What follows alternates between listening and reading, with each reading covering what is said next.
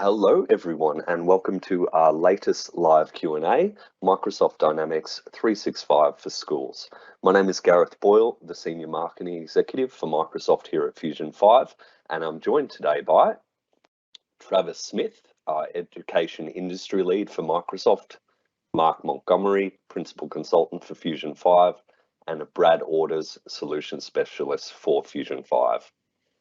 During today's session, we will be hearing from our speakers on what's new from Microsoft within the education sector, M365 security updates, followed by a brief live demonstration on what we have discussed. We'll finish up today with a live Q&A joined by our panelists mentioned above. So if you do have any questions during the presentation, please feel free to ask them via the top right-hand corner of your browser or Teams application. After the session, we will share a copy of the recording via the emails you registered with as well.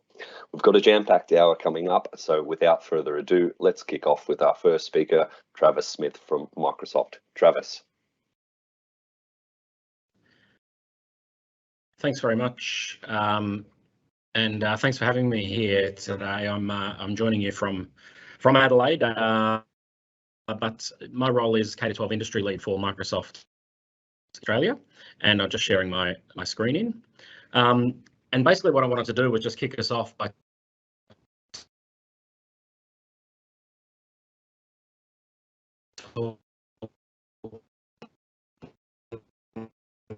a discussion about the sorts of things we're doing and how they relate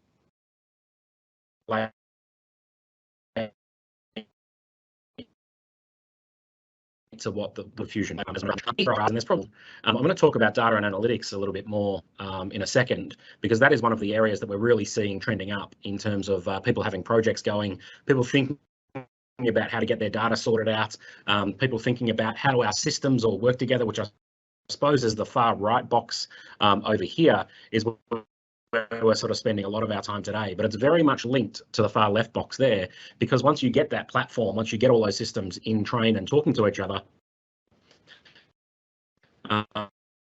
Sorry, Travis, we're just having a few connection issues there. Amazing things can happen that we're seeing in a post-COVID. So yeah, just a couple of connection issues. I might get you to turn off your camera. Hopefully that'll help with the audio a little bit, if that's okay, mate. Cheers. Okay, I've done that. Hopefully that's sounding much better. Thanks, mate. Continue. Yeah, sorry about that. And so all of these trends are what we're seeing in education at the moment, and some of them will ring true for some of the schools that you're in, of course.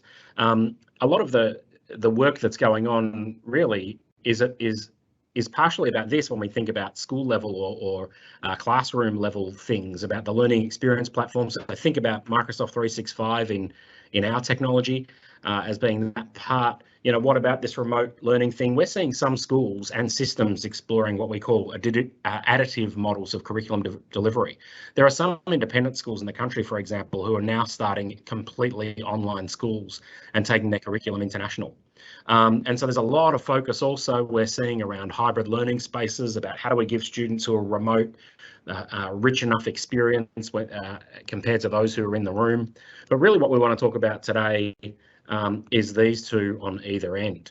And so to do that, it's important to understand too that there's a lot of work going on, and Gartner in 2021, late last year, released their trends for technology, and they're talking about what we call intelligent composable business. The way that we sort of translate that is to think about, instead of buying a product to do something, think about how you can get a platform going to allow you to do these kinds of things in the dot points down the bottom left. And the platform that we're talking about today, of course, is Dynamics 365 as a place to build upon, to create low-code, no-code applications to build on top of product, so that you can start to tailor it for your needs, and also using some of the great IP that Brad will share a little later on. And when we think about schools or school systems, this is an overly simplistic view of some of the things we think about. Obviously, there's the secure identity part, the who's who in the zoo, making sure that everyone's connected when they need to be, all of that sort of stuff. The teaching and learning suite is probably your M365, but as you'll hear Mark speak about, there's a lot more focus now because we've gone to hybrid or blended learning. around the security associated with M365 and what that product allows you to do in terms of managing remote devices, manage hybrid learning. You know, all of that stuff is really becoming increasingly important. In terms of the administration of schools, this is sort of where we start to think about the platform playing a role, the Dynamics 365 platform and the Azure platform, because unless you've got all of these first three circles joined together, you probably can't get to a point of what we would call intelligent insights. And intelligent insights is where the sort of promised land of learning analytics or education analytics will be. And Brad will show you some demonstrations of what happens when data sort of comes together from a variety of sources and how that can surface up in different places and how we can work smarter, not harder in schools. And then I know that we're doing some work, you know, using Dynamics 365 to create a personalized digital hub for curriculum content out of the platform as well. So there's lots of opportunities, but I suppose the point here is that unless you get all of these kinds of things talking to each other in a platform where you can leverage the data across, you're probably never going to be able to get that 360 degree of anything within your school, whether that's a teacher getting a 360 degree view of their class, a student getting a 360 degree view of their own learning, or a system level, or a school principal or school leader getting a 360 degree view of their school. And because we know that the possibilities, once we get all of this working together and we optimize these operations, which is definitely where the D365 platform sits, we can really sort of see some ability to engage students in different ways. You know, we can get towards this personalized learning idea, empowering staff in meaningful ways and thinking about different models for staff, saving them some time by automating processes, and transforming our curriculum and pedagogy through not only that time saving, but also different possibilities that technology might give.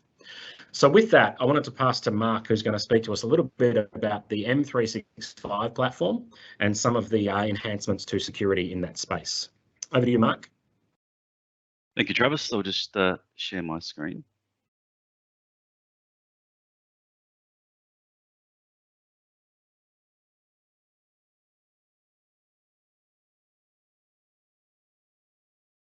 So as we've seen with COVID-19, we probably wind the clock back almost 2 years ago to the date just about was. So schools were scrambling to get remote learning underway for staff and students, and it was a mad rush. And what we actually saw was a real, you know, almost turning on, lining up systems with no governance or security or control sort of taken into the picture. Along with that, we would have students using BYOD devices at home or school provided devices with legacy management with no line of sight back to the campus through a VPN. Lack of security controls, no multi-factor authentication for key systems. Then we'd also have multiple identities for various cloud and SaaS systems such as, you know, ClickView, Adobe, Seesaw, the, you know, whole range of platforms. Then we'd also see some sensitive and personal data being shared through email, Teams, and OneDrive. So now that we've come out of the pandemic, or at least trying to, we need to really increase that security posture. For those of you that are familiar, the Australian Cyber Security Centre releases an annual report every year, and what we saw last year was schools sort of fell under the category 5, which is a moderate attack, really around phishing and malware. Departments such as finance and sort of key school areas, you know, would fall victim to phishing and you know, financial fraud. So we need to really put controls in place to stop that. So how do we protect this? Microsoft 365 obviously provides the tools to stop this from happening. Just excuse me for 1 second.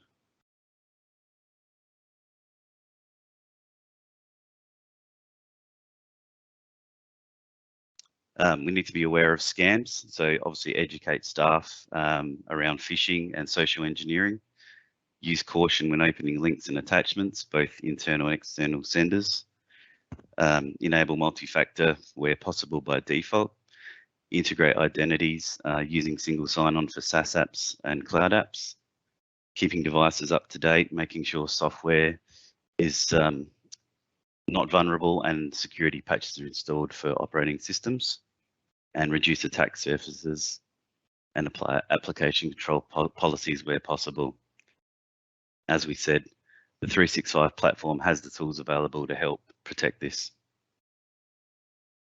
So Defender for Office 365 is the platform that protects email and collaboration, and that's actually included now in the base Microsoft 365 A3 SKU, or E3 SKU.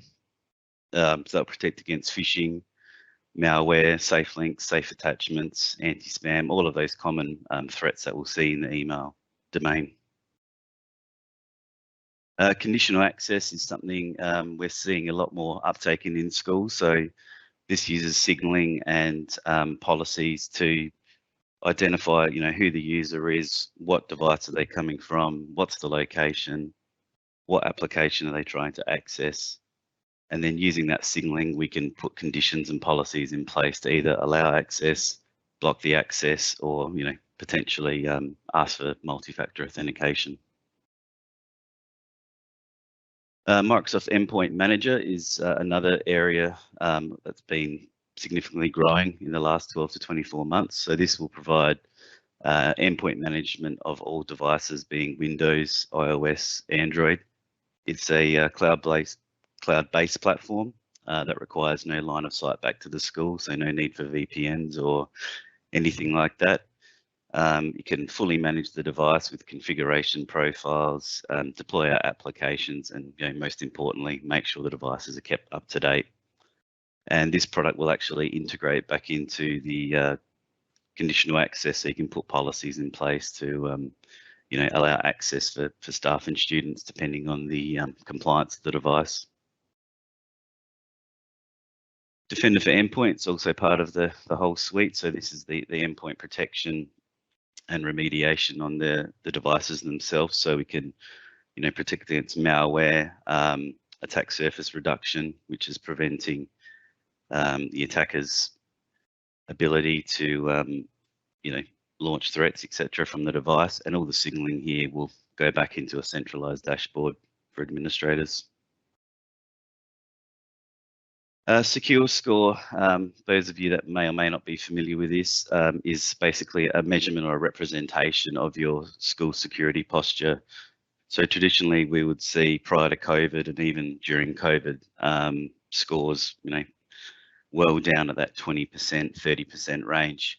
I've got a couple of examples here. One on the left is a school we've been working with just the start of this year, where we've started turning on some security controls, and we can see that growth in the secure score. So anything that's above 65% is generally aligned with best practices, and we're generally trying to aim to get around the 80%. You can see on the right there, this school's had controls and policies in place for a while, so they're well up there. If we look at the industry as a whole in education, the secure score is generally sitting around that 40–50% as a benchmark. So we can see here with this school, they're well below the benchmark, and they've now come above the industry average. And then this one here, they've been sitting well above 80, the industry average at 80% for a long time. So they've got a very good security posture. I'll hand over to Brad now, so he can talk about Dynamics 365 for education. Thank you. Great, thanks for that, Mark. I will go and grab the screen, if I may. And okay, so what we've covered today is we've talked about some of the developments in education so far, and the role in which security is playing more and more in the education space as we live more of our lives online professionally and through providing education. Travis hit on a really interesting point that I'd like to emphasize again. What we're talking about more and more these days is platforms instead of individual pieces of software. Now, what does that mean for schools? Today, we're talking about the Power Platform and Dynamics 365, which is just one example of this. Normally, if you needed a piece of software, you would go and buy a piece of software to solve a particular problem. and you place it in its little silo. And if you're lucky, it might talk to other bits in the organization, but probably it won't. So then when you have another problem, you buy another piece of software and you sit it right next to the one you've bought. They don't talk to each other. Fragmented information, no one knows what's going on. So the approach we're taking now is, well, what if they were all on the same type of platform, sharing information natively, information stored together? So today we're going to talk about a few organizations where we have done that and the possibilities that it's opened up for these organizations. Now, for education, we don't start with a blank screen, fortunately. We do have this wonderful Power Platform. I'll use the term quite a lot today. Think of it as a bag of features. You put those features together in different ways and you can create different apps to solve different problems. For me, it's like a bag of Lego. You've got a good variety of bricks in there. You click the bricks together, they just work, and you can create whatever you want. Put them together in a different way, and you've created a completely different app to solve a different problem. But most importantly, everything, all your information is stored together. So if you think about how great that you've got a problem you need solving, and instead of reaching for Excel, you can reach for a product where all the student information is loaded, it's updated automatically for you, you don't need to maintain anything, you just need to solve the business problem. So Microsoft has done one step further and they've said, well, lots of people in education seem to be making changes to our system that are about students and attendance and classes. Why don't we just create something and just share it with everyone for free? And that's called the Education Accelerator. It's got a standard data model. For people like me who love data modeling, it's got a standard data model. So schools can actually have conversations where they're talking about the same information put together in the same way. So if you have, say, multi-campus, if you have schools working in clusters and they wish to share and compare, it's apples with apples. And most importantly, you don't have to build a student screen. You don't have to build an attendance screen. Microsoft just gives it to you. It's called an accelerator because it's not a finished product. You may want to put your own spin on it to make it relevant to your school and your environment, but it certainly beats starting from scratch. So what do we get with this accelerator? What do we mean by this accelerator? I've just got a few examples here that Microsoft give you to whet your appetite and start thinking about what's possible. So here we've got an attendance app for your tablet. So you walk into the classroom and you have the ability to update a student's attendance, select the class, select the date, and tick people off as you go. Just going to, there we go. So in terms of behavior management, there's a behavior management app as well, where if there is an incident in the classroom, you can very quickly on the tablet see what's going on and what Bert's been up to. Anton, add an incident and finding what's been going on with his disruption in the past and is he now behaving himself? Really easy point and click stuff. Yes, it works on your mobile. Yes, it works on your tablet. Yes, it can work on a PC like I'm using it now. For schools that are doing things like a lot of donations, you also get, Microsoft gives you a starting app to say, here's how you can manage donation management. Now, these apps are based on what you can get on your tablet. But of course, you may want something more powerful, which is some screens that I'm going to be showing you in just a moment. So now that we've seen the kind of things that Microsoft are providing for free, let's look at some of the ways that clients of Fusion 5 have been taking this platform and using it for themselves. So one I'd like to talk about is one that happened fairly recently with a private school. We were doing some work for them, and storms came through and knocked out power to the entire school. And they realized that there was no very efficient way of sending a notification to all parents. So we changed tack on the project and created a critical incident management system using dynamics marketing. Marketing gives us the ability to have multiple stages and communicate with people in different ways. So it was a really good fit. So we took advantage of it. Here we've got just an example of how you could manage a school-wide critical incident where, say, you want to tell all the parents, come pick up your students as soon as you can, because the classrooms have no power, there's no air conditioning, no electricity. So to start off with, of course, with any incident, it's about preparing before the incident.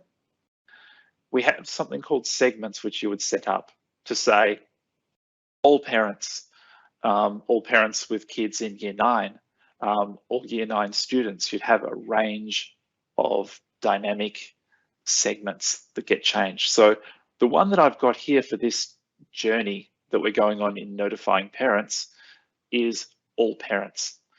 So any parents that have a child that is actively enrolled in the school falls into this category. We then may send them an email to start off with, because emails are cheaper than SMS. And the email will be a critical incident email that we've pre-prepared. Again, you don't want to do this in the middle of a critical incident.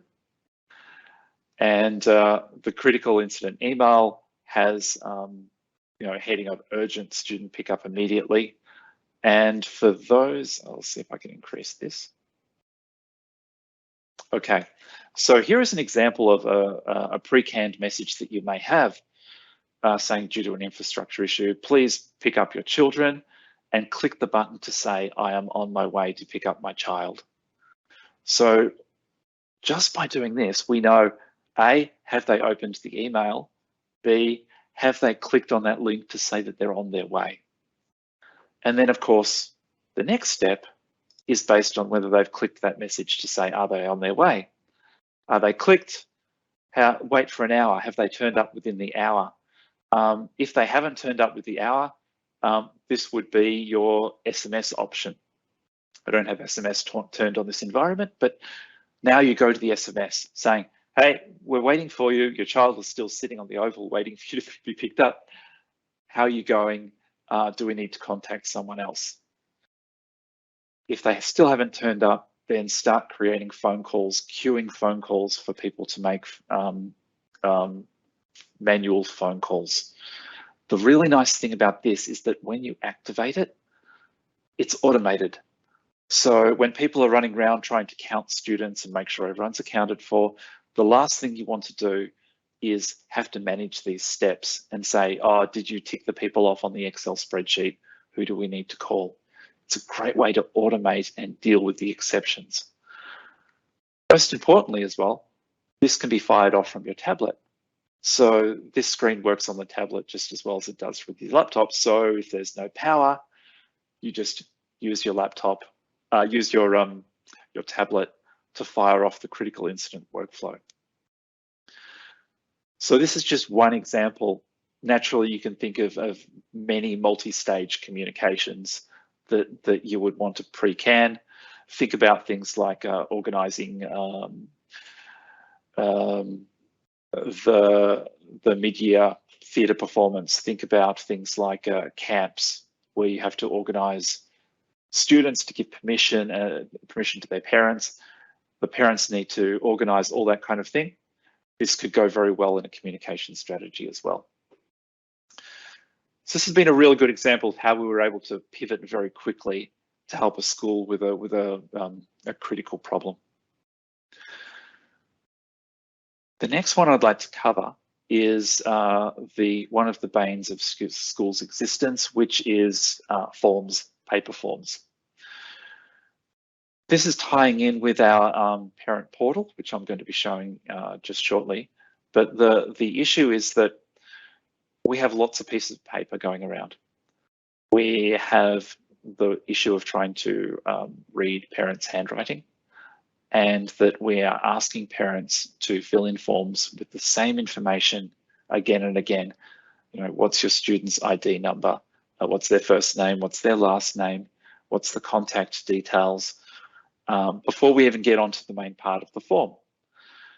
So if we have a way where parents can log in and we know their profile and we know their student's profile, we pre-fill a lot of that information so that the forms then become a very short, focused digital version of a form. The really nice option of that is that we can at any point recreate the form completely from scratch. So what do I mean by that? Well, one of the really good examples, anyone who's been anywhere near a school head office will recognize these forms. They're stuck up all over the place and they have to be filled out individually and printed out and placed somewhere. Now, somehow we need to keep track of when these forms need to be replaced.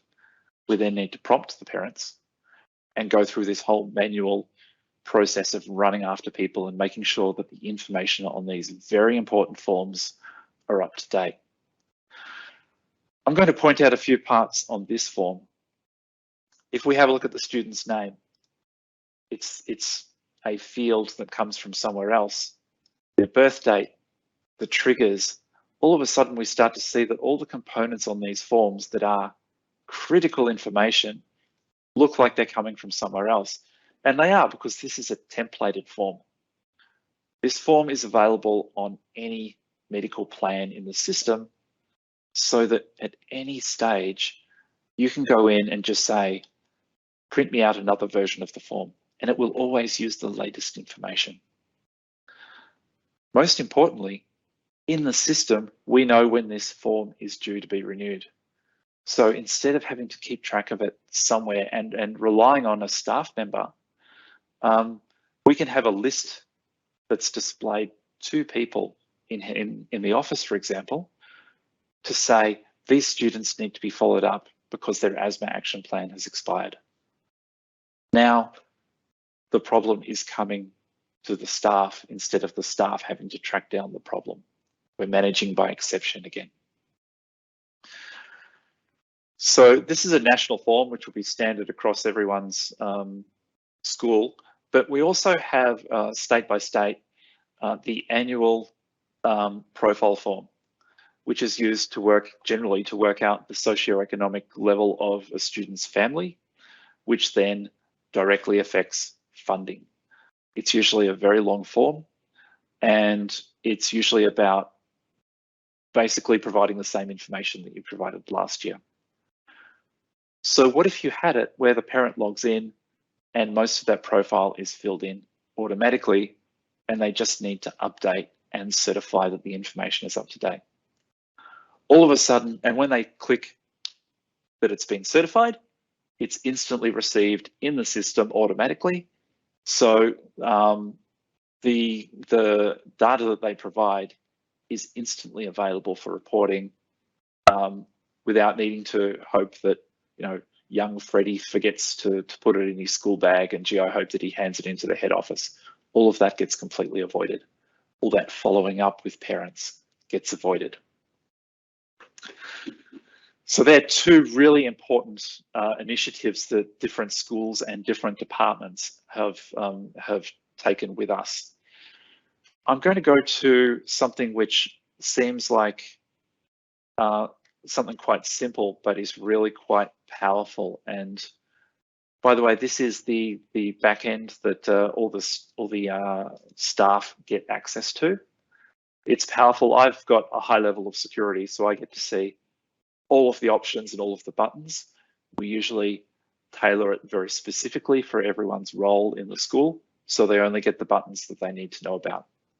So I'm going to pick on Anton today. This is mostly Microsoft out-of-the-box accelerator, but we've done some additions to it to make it more more relevant for the people that we're working with. One thing I'd like to talk about is the timeline. Now, this is for people who, I haven't got anything for Anton, but for people who are used to using Facebook, this is where everything gets documented. Every type of interaction, and it's all there chronologically. So this doesn't sound like an astounding thing, but for one of our schools, they are a large school, a multi-campus school. They've got thousands of students. They've got hundreds of teachers. To keep track of what's going on with a student simply and easily is actually a really large problem for them, because they're not sure who's had the interactions. They don't get that story of all the activities that have happened for a student. So to go to one place and to be able to see everything that's going on, particularly if there's an intervention, if there's counselling involved, this then becomes really powerful.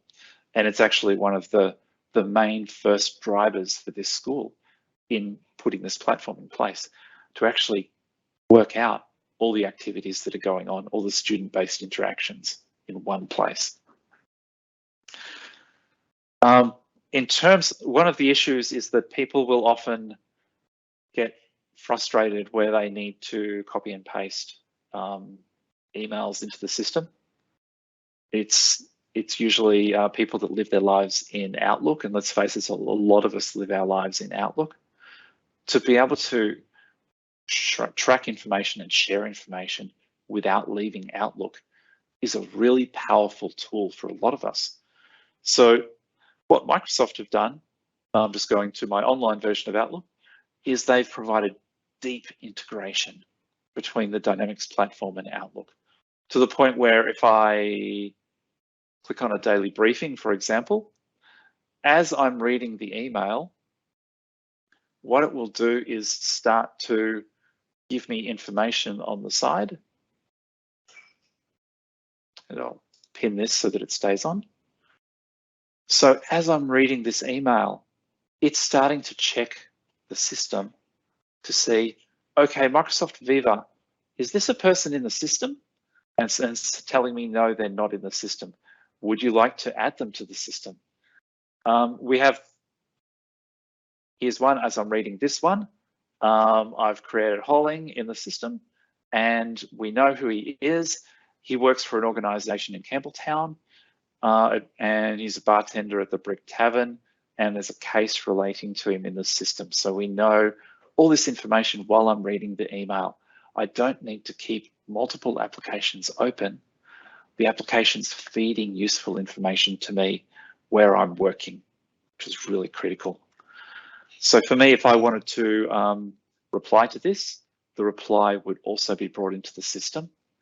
And so we don't need to have, shared email addresses that we have to remember to CC into everything. We can manage everything in Outlook, knowing that the information is going to appear on that timeline, and we're going to get a full picture of what's going on. And it really is just as simple as, let's see, where's another one from Holling, the message center. I may choose to track this one, and all I have to say is track it. And so while I'm reading this email, it's copying the email, which is now tracked against Holling. It's tracked against the organization that he works for as well. So multiple places. A really effective way of making sure that everyone knows what's going on. So let's have a deeper look into some of the things that we're doing. I'm going to show the parent portal now that we've created to demonstrate how we can open up this system and this information to parents and share information. So going back here, going to go back to the, one thing, Thomas is logged in. One thing I do want to point out that's really important here, we have Thomas here. Thomas is the parent, and he has 2 children at this school. And we can see there by looking at his profile that he has two children. Naturally, this is all configurable. The great thing about the system is you make it your own. You change to what you need it to be. So let's imagine we're looking at the end of year profile, the start of year profile that we have to do to work out his socioeconomic status. This will form the basis of it, and it will make sure that we've got his details up to date at the same time. So we've got information about his students. Does he want to be part of any community platforms that we set up? And what's the most appropriate way to contact the parent? All this information is handled. Now, we've also got external authentication. What we mean by that is what Mark was talking about having multi-factor authentication, about having secure systems and single sign-on. This extends to our parents as well. And that's exactly what the parent portal does as well. So if they have their LinkedIn, they can log in using their Google credentials. They can have a parent login. But the critical thing, and I'll reinforce this all through, is that the parent is logging in. So when we go to the homepage and we find out what's going on, yes, there's the news and everything, but most importantly, we've got consent management and event management tied straight into this system. So what we can see here is that there is consent that's required for a school policy. This can be given directly with the click of a button. And what's important is that I know personally, when I log into my students' parent portal, I log in using their student ID. So they actually don't know which parent has logged in. And when I give consent on the portal, they don't know who gives consent. Now, naturally, that's an issue when it comes to duty of care, non-repudiation, all that kind of good stuff. We need to know who has approved something relating to a child.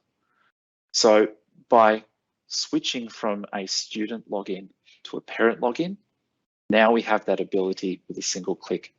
If we don't, we don't need to have digital signatures all over the place because we know that Thomas is logged in. We also have invited Anton here to a couple of events in the next 30 days, and they've been accepted. And naturally, you can download it to your calendar and have it displayed in your personal calendar.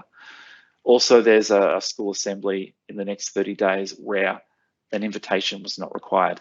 It's an open event. Now, this is for Anton. What's fantastic is that there's another child called Charlie. And just by switching here, we get to manage a completely different child. We don't need to log in again. We don't need to remember a separate username and password. Most importantly, Charlie has had his medical plan expired. That's something that is, now the school is vulnerable and it needs to be addressed immediately. So how do we encourage the parents to do the right thing? One way we do it is to make sure that they cannot consent to anything that Charlie wants to go to until the medical plan's updated. I mean, if we think about it, if there's an off-site conference and we need to know about Charlie's medical condition, we cannot, under duty of care, have Charlie go on a school excursion because we are not armed with a medical plan to know what to do and how to look after Charlie. So this is Charlie's reason for bugging his parents to say he wants to go on the conference, and the parents will be then encouraged to update the medical plan. So going back to Anton. So with Anton, we can go in, we can see information about Anton. Now I'll focus on the critical part of this. Yes, we can add as many fields as we like about many things, and if he needs a medical plan, we can add it online, which is great. But let's talk about the nuclear family from the 1950s. It doesn't exist anymore. Families are complex these days. We have, just because you're a parent doesn't mean you have full control over the student, and vice versa. So we need to actually disconnect the relationship between the adult and the child from their authority level. And that's something that we've put in through this system. So for example, here we happen to have parents that have full authority, but the fact that you're a parent doesn't automatically give you full authority. You may have no authority. There may be a court order in place. You may have step parents. You may have uncles or lifelong family friends. You may have people that may step in and have authority while the parents are overseas on a trip. This disconnection is really important. And to be able to manage that in the system is actually something that if you've got an older student management system, the older student management system may actually really limit what you can do around here. And so we've taken that on board and solved that problem. One thing I'll mention here is that this is a little bit different. We're actually wrapping this platform around a student management system, not replacing it as such. So the student management system, where it falls short, where it's limiting schools' abilities to create apps really quickly and get that information, that's where we step in. It means that there's no incentive, no blinding deadline to do anything about your student management system. It's actually up to you, where you can choose if you have a new requirement.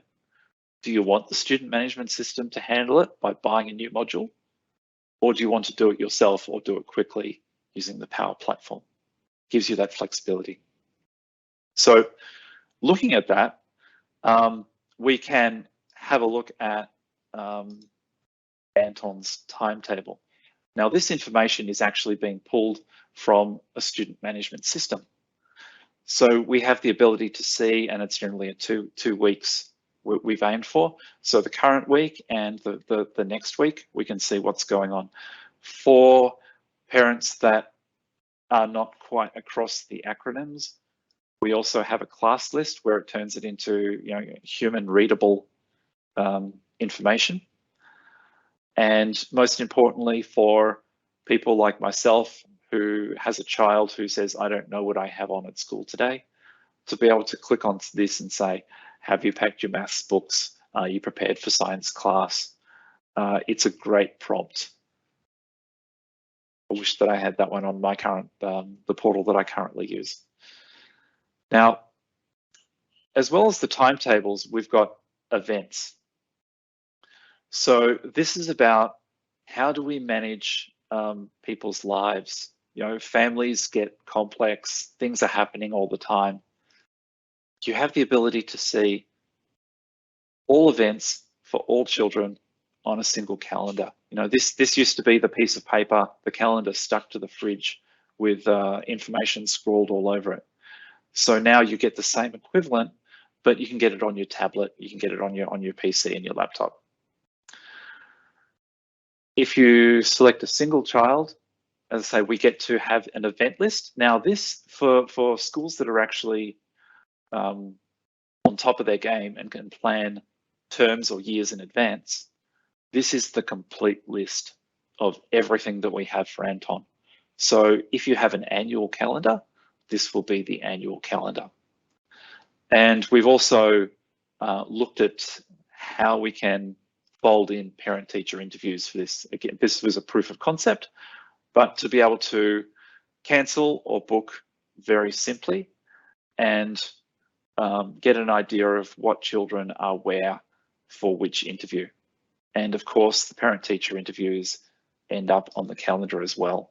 So for anyone who's tried to coordinate parent-teacher interviews across multiple children, they will just select all children and they'd be able to see all of the parent-teacher interviews for both children on the same calendar. It's the kind of things that nowadays parents are expecting a lot more online. They have greater demands of schools, and we've got to be able to keep up with those expectations. So if the student management system is lagging, we have the ability to go ahead and not be held back by their systems. I'm now going to show a little bit more about these events. So we've got, for example, the Year 9 camp, which is listed here. But naturally, as a teacher, you need a lot more information than we're providing on a portal. So The portal is very much about the parents, whereas the back-end application is very much about the staff. And as I was saying before, all this information is held centrally in one area. So one database, you update it in the back end, it instantly is applied to the portal. So having a look here, it's a big busy screen. This is a complex version of an event. But let's think about the types of things that a school excursion would require. It actually has quite a lot of moving parts. We have the ability to create different types of events. We're actually under discussion with some schools now about how we have different stages and different levels of complexity for different events. And that discussion's well underway. We sometimes need approval levels. And we want to have the ability for people to manage events online. So we have an event portal where we can manage registrations. We're keeping track of everyone involved in their role, including whether they're staff or a volunteer. Really important to be able to know, do you have enough people to run this event? We have the countdown, so we know when to panic. And of course, we have a timeline, just like on Facebook, that tells us everything that's going on relating to this Year 9 camp. The location management is available as well, including visuals of the setup of the rooms. So we can book in with the maintenance team and have them be notified that they need to set up a certain location in a certain way on a certain date.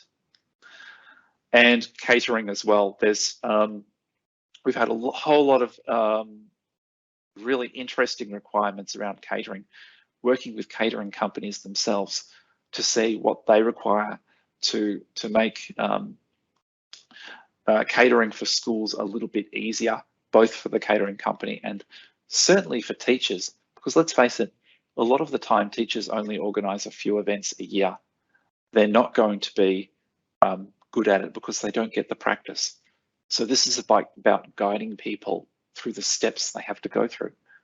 And if we have a look up the top, this is our process. It has various stages where you have to do certain things, and depending on the type of event, what you need to do changes. If I'm a teacher and I'm looking after this event and I don't know what to do, it's easy. You hit the target. There's the target there. I hit the target and it tells me, here are the things I need to do. I haven't defined the sessions yet. I don't know who's running the sessions.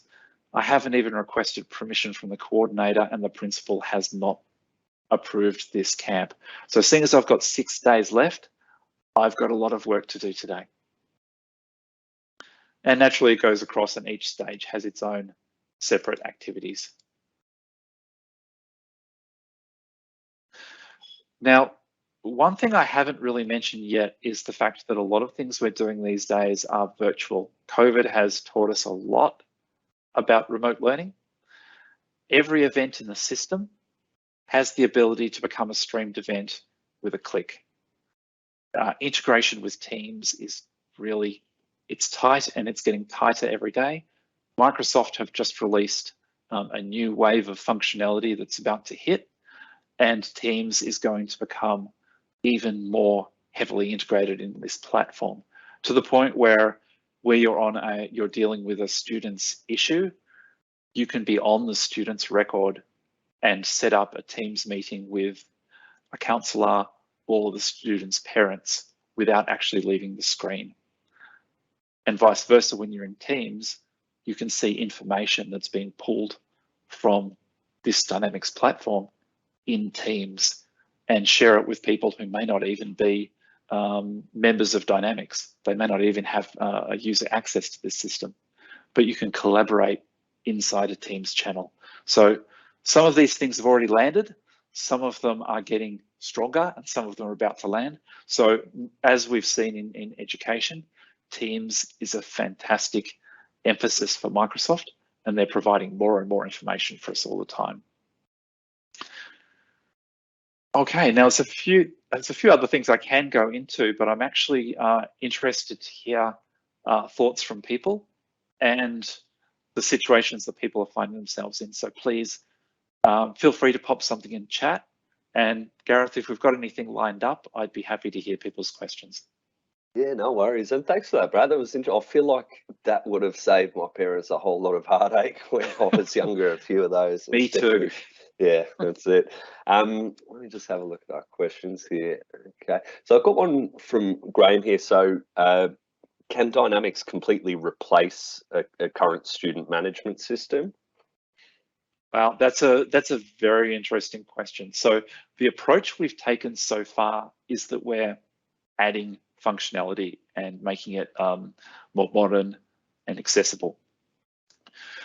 But a few schools I know some of the student management systems out there have recently increased their prices a little, and there's a lot more interest in alternative student management systems. We do know of some schools that have used Dynamics to replace the entire platform, and that's a reasonably large task because when you think about it, a lot of these student management systems, they've been around for 20 years. And in 20 years, schools have added a lot of Excel spreadsheets and workarounds and got developers in to do little custom private software hanging off this.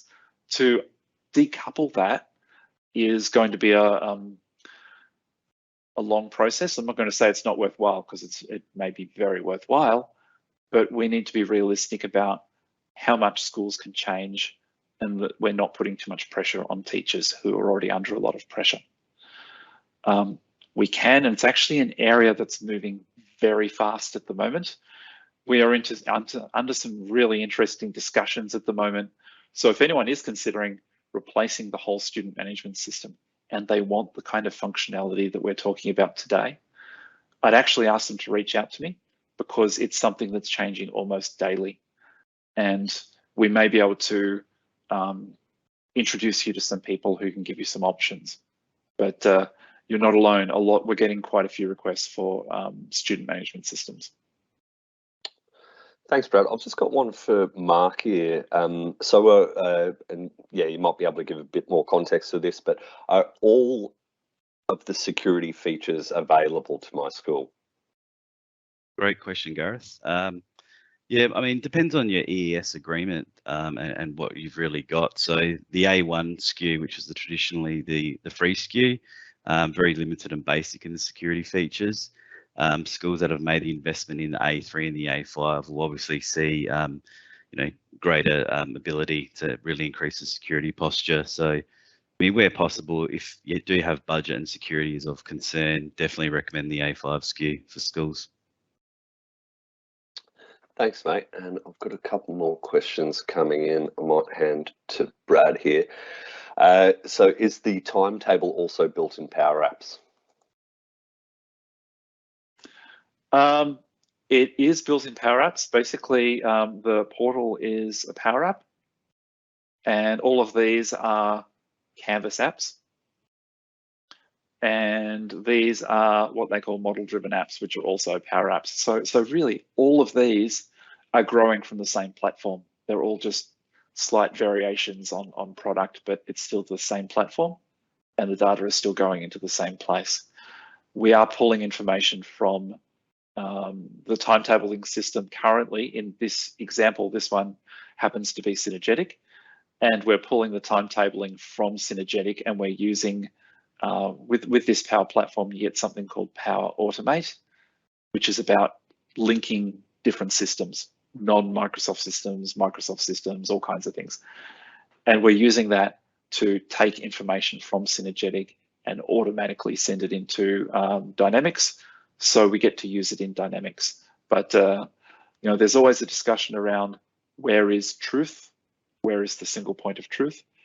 Currently with this client, the single point of truth for timetabling is Synergetic, but that doesn't mean we can't use it. So at the moment, we're leaving timetabling where it is, but that doesn't mean that it needs to stay there in the longer term. Thanks, Brad. And just one from Tim for you as well. So you mentioned that parent authority is decoupled from parent-child relationship. Does this model extend to managing communications to parents, i.e. in a complex family situation? Absolutely. Realistically, we've got some categories and we are under discussions with a number of different clients at the moment about how far we push that. It's actually really critical that if we are here with good old Anton, we can see the 3 contacts that we've got here with their authorities, but realistically, we should be able to say, do not contact. We should be able to say, they exist, but no contact, no access to the portal. Most importantly, do not send them forms saying, here's your home address, can you please confirm that it's current, when there may be a court order in place. To be able to handle things like that is just so critically important, and we need to have that granularity. But if we don't record it in the first place, then we can't use any automation or any anything that prevents communicating to the wrong person. So that's why it's so important that it's there. And then on everyone's contact record, there are, do not contact, just remember which screen it's on, do not contact fields that can automatically be clicked over, so that if you do try and contact them, the system will actually prevent you from doing it and alert you to the mistake that you're about to make, but it just won't let you contact them. So short answer is absolutely. Thanks, Brad. So another one here, can you outline options / limitations around integration with other systems, for example, through webhooks, API calls within automated processes? Yep. Okay, so automation, we use, we have Azure, Microsoft Azure as the provider for all of our integrations, which means that we've got a lot of options available to us, depending on how technical we need to turn the dial. For lower level transactions and straightforward ones, Power Automate is fantastic. Once you scale up though, once you start getting complex, unique transformations and quirky data that's just weird, we have logic apps, we have function apps, all provided through Microsoft Azure, all provided through the one platform, but different options depending on how technical we need to be. The one thing that we find, and I always talk this as, I always say this is Dynamics at a party would be the person who speaks to everyone. Dynamics is really open. The API lets you do anything you can do on the screen automatically, but that doesn't mean the person that they're talking to wants to talk back to them. So we do find that some student management systems take offense to us extending their product, and so they don't share their data model, they don't make it easy to get data out of the system, they change the way data is structured without telling anyone. So that for us, we have found to be the greatest limitation to making sure that we have alerts. So when our regular integration stops working, we ring the bell, we tell everyone straight away, we jump into it, we fix the problem, and we're up and running again. It's a minority of student management systems because these days, people just know that their product is going to get extended. That's the way things work these days. There's only a few who are still set in their old ways of thinking, but we've got ways of working around those as well. Thanks, Brad. I love the party analogy there. That's great. So just want to hear, are there solutions that back up Dynamics 365, or does Microsoft provide a service to back this up? Both. So Microsoft do all the hosting for us, all the security. If you're working your system hard, they'll give you more resources automatically. All of that stuff that used to drive IT departments crazy, Microsoft now handle that for us, which is fantastic. That includes backups. The transaction, I think last I heard, the SQL Server backup was backing up with maybe a 1 second lag, which is pretty good. Full backup, I think, is every 15 minutes. And you actually have the option of, if you're going to do something a bit crazy on your system, you can set your own backup and then restore that backup if things go haywire, all without needing to contact Microsoft. So the administration that it gives you is quite powerful. Now, Microsoft will back you up for a certain amount of time. If you have a desire to back up years, there are also third-party people who arrange that for you. We also have data lakes. So all the information that you've got here can also be moved to a data lake because, hey, it's cheaper to store in a data lake. And you can also keep your multiple versions backed up there and do whatever you want. So lots of options for you. Thanks heaps, Brad. And we're just on 12 there. I think I can handle this final question. Will this be shared for later viewing, including the slide deck? Most definitely. So I'll share a copy of today's recording just via the email you've registered with, and I'll get a copy of the guys' slide decks as well to share with you. Other than that, I think we can wrap up nicely. I just want to actually say thanks to our presenters there. I know you guys have been putting in a fair bit of work over the past few weeks, and it definitely shows, and it is appreciated. If you do have any questions there, please feel free to reach out to us directly, any of the presenters you've seen today. Other than that, we'll let you get a bit of time back there. Thank you very much for joining us. Have a great rest of your day, everyone. Take care.